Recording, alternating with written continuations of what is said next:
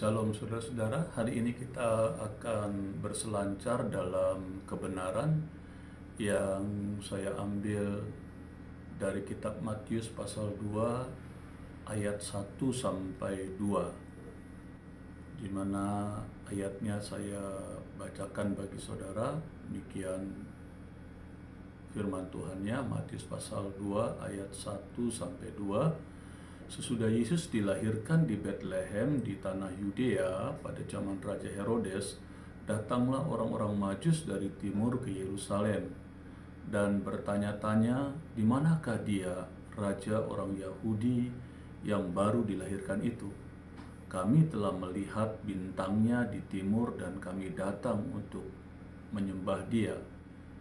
Nah, saudara, dari ayat ini, pasal 2 ayat 1, saya mau memberikan judul tentang berselancar dalam kebenaran hari ini adalah kota Bethlehem, di mana kita ketahui adalah tempat kelahiran Kristus Yesus.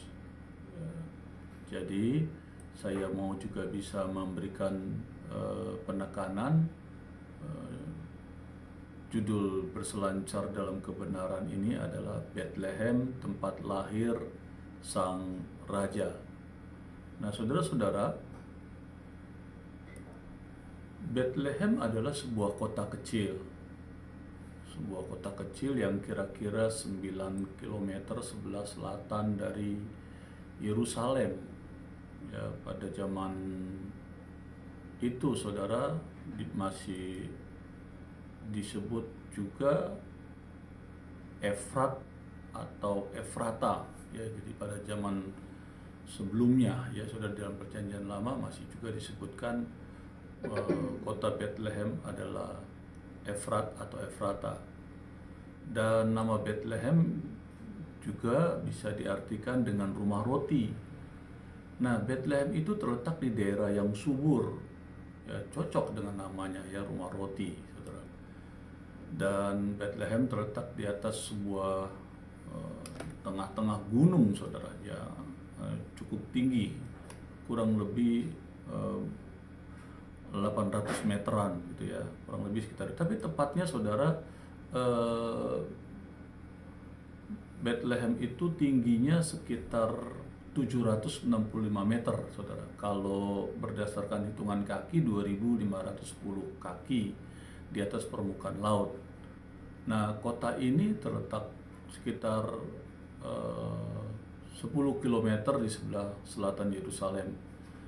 Dan dikatakan juga pada masa-masa kekristenan, ya, komunitas Kristen di Yerusalem itu, saudara, terbesar di Timur Tengah, ya, saat itu. Ya, jadi di kota Bethlehem yang cukup besarnya itu, kota Bethlehemnya begitu, saudara, mencakup seluruh, ada kota-kota kecilnya lagi yang disebut kota-kota Bet Jala dan Bet Sahur, saudara. Nah, itu bahagian dari kitab kota Bethlehem, saudara.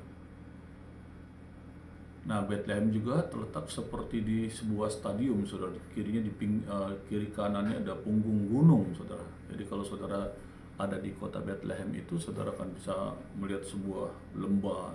Kalau dulu ya disebut lembah Edom tuh, lembah negeri Moab itu akan kelihatan dari atas kota Bethlehem, saudara. Jadi Bethlehem itu mempunyai sejarah yang panjang sekali, ya, karena yang pertama di kota Bethlehem Yakub mengubur Rachel istrinya, ya. Di situ didirikan juga sebuah batu peringatan. Ayatnya saya baca, ya, saudara, untuk menjadi dasar saudara bahwa penjelasan saya itu ada dasar firman Tuhannya, gitu, ya. Kejadian 48 saya bacakan bagi saudara supaya lebih pasti tentang kebenaran firman Tuhan ini. Ya, Kejadian 48 dikatakan ayat 7, saya bacakan bagi saudara demikian. kalau aku pada waktu perjalananku dari Padan, aku kematian Rachel di tanah Kanan di jalan, ketika kami tidak berapa jauh lagi dari Efrata, dan aku menguburkannya di sana, di sisi jalan ke Efrata, yaitu Bethlehem. Ya, jadi jelas penjelasan ayat firman-Nya menjelaskan bagaimana Bethlehem adalah salah satu tempat kuburan dari Rachel, istri dari Yakub, saudara. Nah, yang kedua, di kota Bethlehem juga tempat Ruth tinggal atau hidup di Bethlehem, saudara. Siapa Ruth ini? Ruth ini pernah saya jelaskan di episode sebelumnya dari Berselancar dalam Kebenaran ini, bagaimana Ruth menikah dengan anak dari Naomi, ya, suaminya Elimelech, dan dikatakan anak suaminya atau anaknya dari Elimelech, Naomi ini meninggal. Nah, setelah itu Naomi memulangkan Ruth dan mantu satunya lagi, yaitu Orpa, kembali kepada orang tuanya. Dan ternyata Ruth membuat keputusan untuk mengikuti Naomi. Bahkan dia berani membuat statement atau komitmen kepada Naomi bahwa aku akan mengikuti engkau, dan Allahmu adalah Allahku dan bangsamu adalah bangsaku. Begitu luar biasa dia mengasihi Naomi dan mengikuti Naomi, dan akhirnya mereka pergi ke Yerusalem, ke Israel atau ke kota Bethlehem tempat Naomi. Dan saudara, dari Bethlehem itu, saudara, kita bisa melihat negeri Moab, saudara, tanah airnya Ruth, ya, di sebelah lembah Yordan. Nah, saudara, itu penjelasan yang kedua tentang sejarah kota Bethlehem. Ternyata banyak situs atau makna peninggalan-peninggalan sejarah rohani di dalam Alkitab. Yang seterusnya, ya, Bethlehem juga dikatakan rumah atau kota Daud, saudara. Ayatnya saya bacakan, ya, saudara, karena berdasarkan firman Allah, demikianlah dikatakan Bethlehem adalah rumah atau kota Daud, ya, di dalam 1 Samuel pasal 16. Saya bacakan bagi saudara 1 Samuel pasal 16. 1 Samuel pasal 16 ayat 1 saya bacakan bagi saudara. Berfirmanlah Tuhan kepada Samuel, berapa lama lagi engkau berduka cita karena Saul? Bukankah ia telah kutolak sebagai raja atas Israel? Isilah tabung tandukmu dengan minyak dan pergilah. Aku mengutus engkau kepada Isai orang Bethlehem itu, sebab di antara anak-anaknya telah kupilih seorang raja bagiku. Ya, jadi jelas berdasarkan ayat 1 Samuel 16 ayat 1 ini penjelasan kota Bethlehem itu. Ya, kita lihat di ayat 17-nya, pasal 17 ayat 2-nya saya bacakan lagi, saudara, penekanan yang lebih tepat lagi. Saul dan orang-orang Israel juga berkumpul dan berkemah di lembah Tarbantin. Mereka mengatur barisan perang berhadapan dengan orang, ayat 12, saya salah, saudara, ayat 12. Daud adalah anak seorang dari Efrata, dari Bethlehem, Yehuda, yang bernama Isai. Isai mempunyai 8 anak laki-laki. Pada zaman Saul, orang itu telah tua dan lanjut usianya. Ya, jadi penekanannya jelas bahwa Bethlehem itu adalah rumah dan kota Daud. Dan seterusnya, saudara, dijelaskan ketika Daud diuber-uber oleh Saul, maka di kota Bethlehem itulah Daud merindukan untuk haus minum air yang ada di kolam yang ada di sumur kota Bethlehem itu. Nah, dikatakan ketika ia dikejar-kejar dan dalam pelarian di bukit-bukit yang ada, saudara. Ya, di 2 Samuel pasal 23 saya bacakan bagi saudara bahwa di kota ini Daud pernah melakukan perbuatan yang luar biasa ketika ia dikejar-kejar oleh Saul, dan dalam pelariannya dikatakan dia dikatakan haus dan ingin meminum air di kolam Daud, di kolam di Bethlehem ini. Ya, saya bacakan bagi saudara pasal 2 Samuel pasal 23 ayat yang 14 dan 15. Demikian firman Tuhan. Pada waktu itu Daud ada di dalam kubu gunung dan pasukan pendudukan orang Filistin pada waktu itu ada di Bethlehem. Lalu timbullah keinginan pada Daud dan ia berkata, sekiranya ada orang yang memberi aku minum air dari perigi Bethlehem yang ada di dekat pintu gerbang. Jadi di kota Bethlehem inilah pernah terjadi Daud ketika diuber-uber itu merasa haus dan dia berkeinginan untuk minum air yang ada di kota Bethlehem itu, dan akhirnya teman-temannya ya datang ke kota Bethlehem itu yang sedang dikuasai oleh musuhnya Daud itu, dan ternyata mereka bisa mengambil air minuman yang Daud inginkan, air yang ada di perigi kota Bethlehem itu. Dan ketika dibawa kepada Daud begitu terkesan dan akhirnya dia tidak mau meminumnya karena dia merasa dengan keinginannya dia itu begitu luar biasa sampai temannya rela akan mati kalau ketahuan gitu, ketangkap hanya untuk dia haus, dia merasa bersalah dan akhirnya dia tidak mau meminum minuman yang dibawa oleh teman-temannya. Dan seterusnya saudara, kita melihat bahwa di dalam sejarah ya Israel bagaimana Daud itu dikatakan adalah pembebas, bahkan dikatakan keturunannya pun akan menjadi pembebas bagi kaum dan bangsa-bangsa, saudara. Nah, itu ada di dalam kitab Mika pasal 5 ayat 1.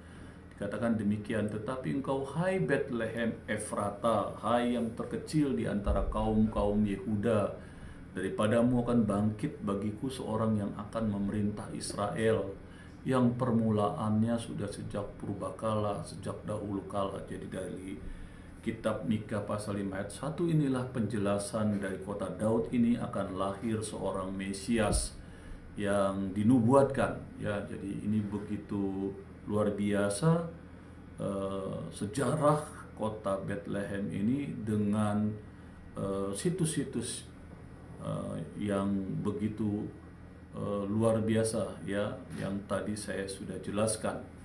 Nah, di Bethlehem kota Daud itulah orang-orang Yahudi menantikan dan mengharapkan lahirnya anak Daud yang besar itu.